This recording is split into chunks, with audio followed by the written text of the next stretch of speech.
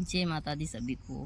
हर हर महादेव। यहाँ जो मैं जानकारी देने जा रही हूँ, यह एक ऐसे दिव्य पुष्प की है जिसके बारे में हम जितना कहें उतना कम है।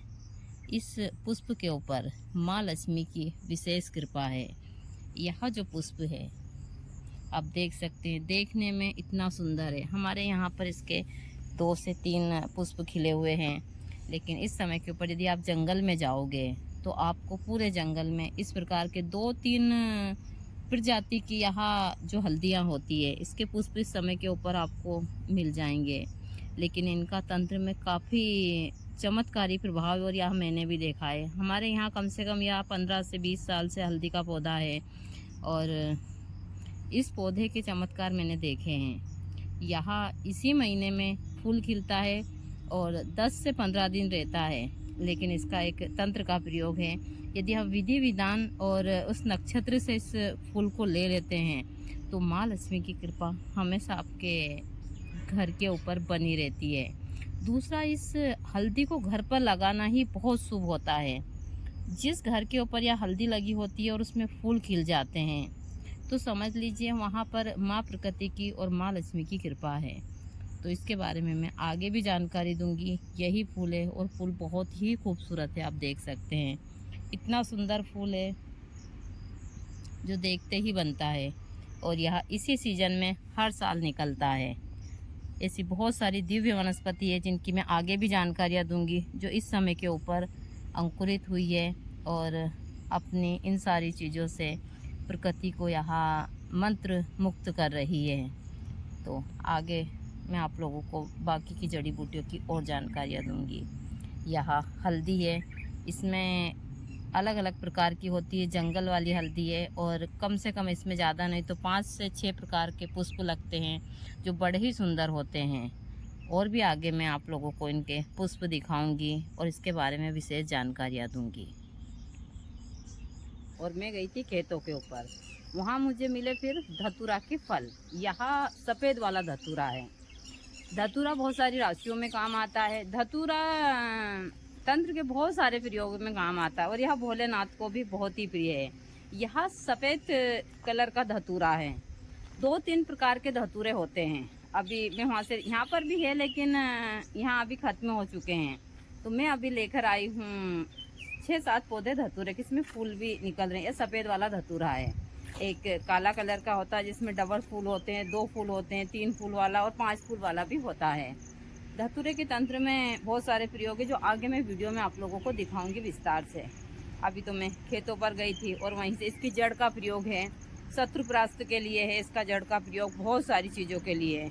आगे मैं आप लोगों को बहुत सारी वनस्पति की जानकारी दूंगी। तो अभी मुझे लगाना है धतूरा, क्योंकि अब मैं ज़्यादातर काम वनस्पति पर करूँगी और हर एक प्रकार की वनस्पति की जानकारी दूंगी। तो यही है सफ़ेद वाला धतूरा। धतूरा भोलेनाथ को बहुत प्रिय है। धतूरे का और मेरा गहरा संबंध है और मुझे गुरुजी हमेशा विष कन्या बोलते थे, क्योंकि मैंने एक बार 2004 में किया था धतूरे का जूस का सेवन, जिसके कारण हुई थी मेरी बहुत ही हालत ख़राब। तो आज तो नहीं दूंगी आप लोगों को मैं इसके प्रयोग, लेकिन आगे मैं धतूरे की जड़, बीज, सारी चीज़ों का तंत्र का प्रयोग दूंगी।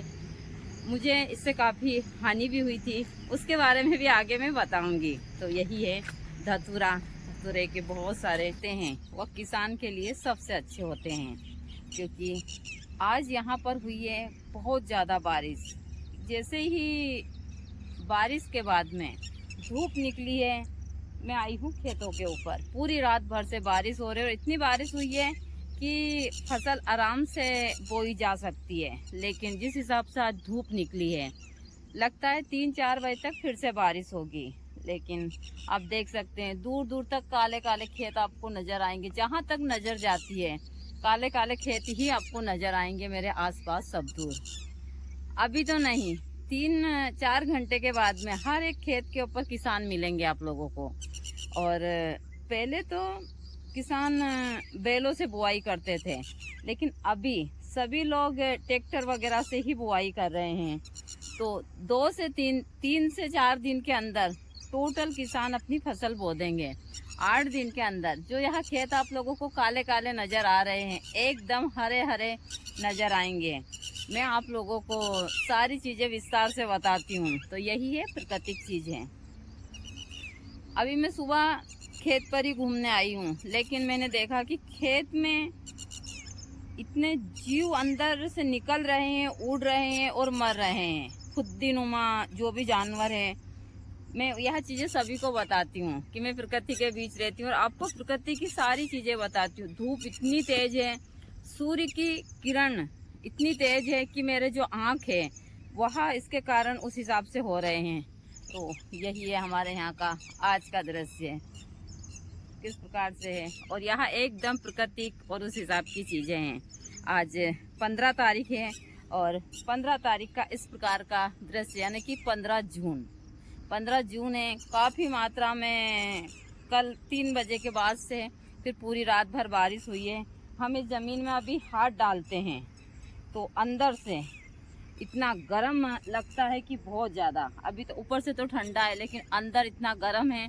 इसी के कारण जो फसल उगती है वह इसी के कारण उगती है, क्योंकि ऊपर से पानी गिरा है। भयंकर गर्मी थी, गर्मी के बाद में बारिश हुई है और जैसे ही अभी धूप निकली है, धूप के बाद में किसान अपनी फसल को लगाएंगे तो यह बहुत जल्दी उस हिसाब से हिटेगी। यह हमारा राजा है जो आकर बैठ गया, जल्द से कीचड़ में ही बैठ गया। चल अभी कीचड़ में ही आकर बैठ गया। तो अभी मुझे और भी काम करने थे, मैं खेत के ऊपर आई थी, लेकिन बहुत ही अच्छा दृश्य है। कीचड़ हम लोगों को तो बहुत परेशानी आती है, क्योंकि कीचड़ में रहना सारी चीज़ें आदत। बहुत सारे लोग बोलते हैं माता जी हम आश्रम पर आना चाहते हैं। यह आश्रम की ज़िंदगी कोई सरल नहीं है। हम लोगों को इन चीज़ों की आदत पड़ी हुई है। यहाँ पर बहुत सारी चीज़ें जो इस हिसाब से होती है, और यह चीज़ें मैं हमेशा सभी को बताती रहती हूँ। ताकि माता जी जो कामाख्या में अम्बुबाची मेला लगता है, तो आप जा रहे हो क्या, और जा रहे हो तो किस दिन जा रहे हो, वहाँ मेला किस दिन है 2025 में, हम भी जाना चाहते हैं। बहुत सारी चीज़ें, तो ऐसे तो मैं हमेशा सभी को बताती हूँ कि मैं कहीं जाती नहीं हूँ। अम्बुबाची जो मेला है वहाँ गुवाहाटी के कामाख्या मंदिर में लगता है, तो सभी को पता है। लेकिन मैं हमेशा भगवती की शरण में ही यह साधनाएं करती हूँ। जितना मुझसे होता है मैं जाप करती हूँ, हवन करती हूँ इन 3 दिनों में, और पूजा पाठ करती हूँ सारी चीज़ें। गुरुजी गए हैं वहाँ 4 से 5 बार गए हैं गुरुजी अम्बुबाची मेले में। मैं नहीं गई हूँ। मेरी 2-3 बार गुरुजी ने टिकट करवाई, मैंने कैंसिल करवा दी, क्योंकि बहुत सारी चीज़ें। गुरुजी वहाँ गए हैं, गुरुजी के बहुत सारे वीडियो भी हैं वहाँ के। लेकिन मैं हमेशा बोलती हूँ कि जितना तंत्र के नाम के ऊपर लोग बाग उस हिसाब की चीज़ें फैलाते हैं। अम्बुबाची मेले में विदेशों से तांत्रिक आते हैं, सारी चीज़ें। लेकिन यह चीज़ें मैं बोलती हूँ कि जो तंत्र के नाम के ऊपर बहुत सारी चीज़ें होती हैं वह गलत है, चाहे कहीं भी हो। अम्बुबाची मेला का मतलब होता है कि जब माँ 3 दिन रजस्वला होती है तो मंदिर बंद होता है, तो बाहर सभी भक्त पूजा पाठ करते हैं। फिर मंदिर की साफ़ सफाई की जाती है, और फिर साफ़ सफाई कर कर आरती पूजा पाठ यह सारी चीज़ें फिर चालू करते हैं। यानी कि 14 के दिन से मंदिर का पट खुलता है, अमावस्या 14 के दिन से, और फिर 2-3 दिन वहाँ पूजा पाठ होती है। तो यह पर्व 5 से 6 दिन चलता है वहाँ पर। लेकिन यह चीज़ें मैं हमेशा बोलती हूँ कि मेरे पास में वहाँ से कई फ़ोन भी आते हैं। मेरे बहुत सारे भक्त भी गुवाहाटी में गुरुजी के भी है। गुरुजी तो वहाँ कई बार रुके हैं, और बहुत सारे लोगों के अब भी फ़ोन आते हैं। लेकिन जहाँ तक मैंने देखा है, लोग बाग जो शक्ति के नाम के ऊपर बहुत सारी चीज़ें होती हैं वो एकदम गलत है। हाँ, यदि आप शक्ति की साधना करना चाहते हैं, यदि एक साधक है और एक साधक गृहस्थ में रहकर साधना करता है, और वह अपनी पत्नी को शक्ति मानकर, यदि उसकी पत्नी रजस्वला है यानी कि MC पीरियड में है, तो वह 3 दिन उस महिला की पूजा करता है माँ के रूप में, तो वह सोच भी नहीं सकता कि उसका जीवन में कितने परिवर्तन आ सकते हैं। इसकी विधि मैं किसी और दिन बताऊंगी आप लोगों को, लेकिन इसके बारे में बहुत सारी चीज़ें जो मैं खुलकर नहीं बता सकती।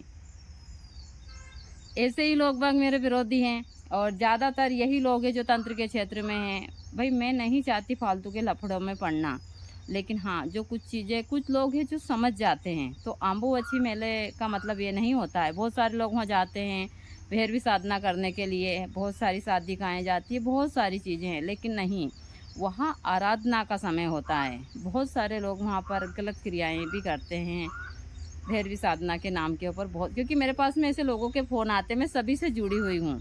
तो यह चीज़ें गलत हैं, ऐसा नहीं करना चाहिए। तो आगे मैं जानकारी दूँगी। 22 तारीख से हो रहा है आम्बुवची मेला चालू। यह 5 दिन चलेगा और 5 दिन वहाँ पर 3 दिन के लिए पट बंद होंगे, फिर 3 दिन के बाद पट खुलते हैं। 2 दिन वहाँ पर सभी साधक भक्त दर्शन करते हैं सारी चीज़ें। तो आगे